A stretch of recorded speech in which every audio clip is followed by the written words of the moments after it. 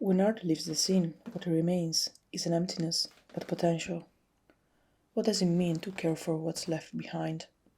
For the offcuts, the fragments, the latent ideas still pulsing in raw material.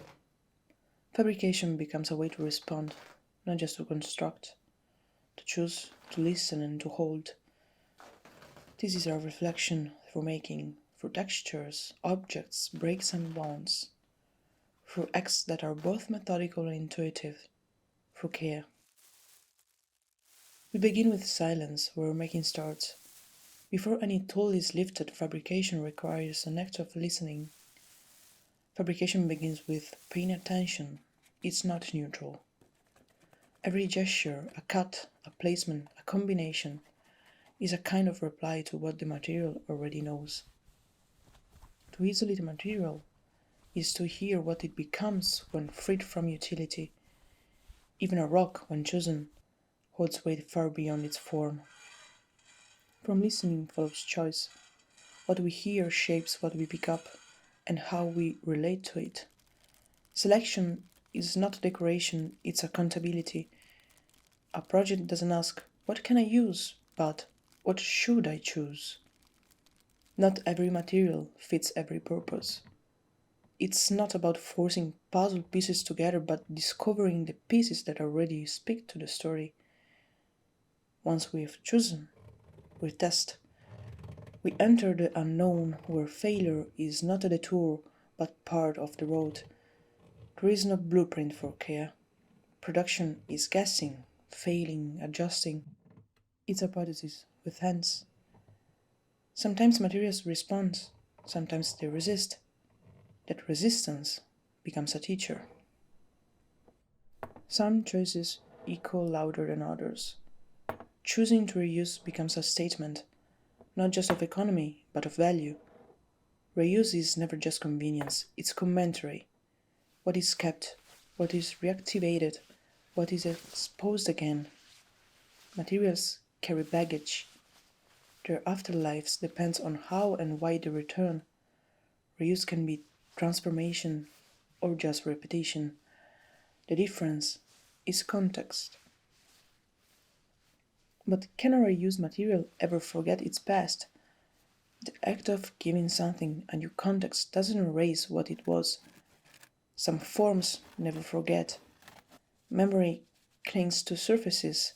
Scars remain visible even beneath the paint. Recontextualization is delicate. It doesn't erase the past but negotiates with it. If the old and the new can't coexist, what emerges is conflict, not meaning.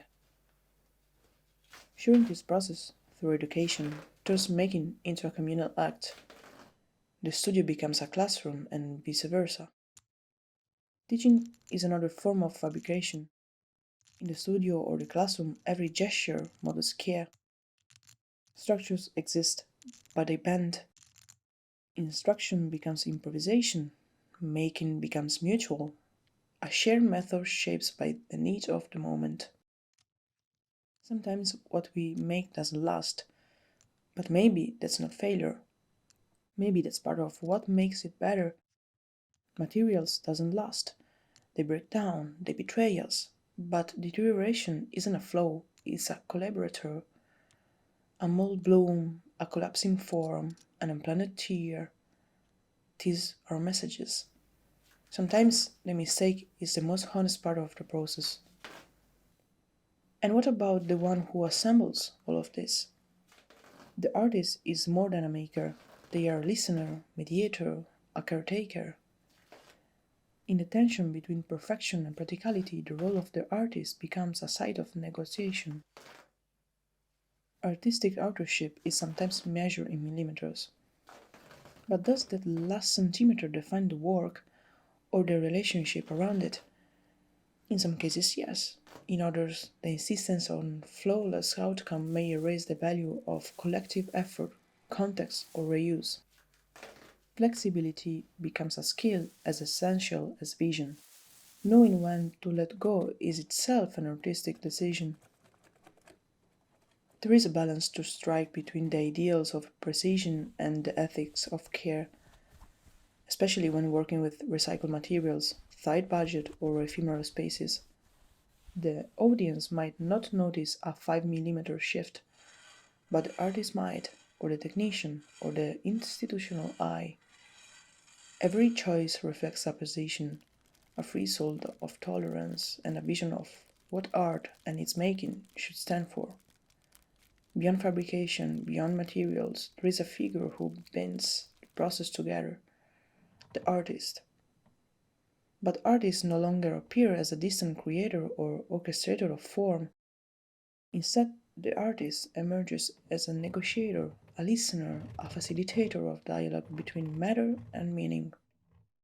From the interviews, what becomes evident is the artist's sensitivity, not only towards the objects they produce, but toward their responsibility to context, consequences, and care. The artist chooses materials not to dominate them, but to collaborate with them. They design conditions where decay is welcome, where mistakes become part of the language, and where nothing is neutral. Teaching too becomes an artistic act. It's where sharing replaces authority and where making includes vulnerability. In this view, the artist is not the final voice, but one voice among many, an agent in a collective choreography of materials, people, places, and time. In the absence of spectacle, care is what remains. Every act of fabrication becomes a thread, a way to tie meaning to matter. This isn't about control, it's about responsibility, precision, sensitivity. When the art leaves the scene, something else emerges. The gesture that stays, the echo of care, the unfinished conversation between maker and material.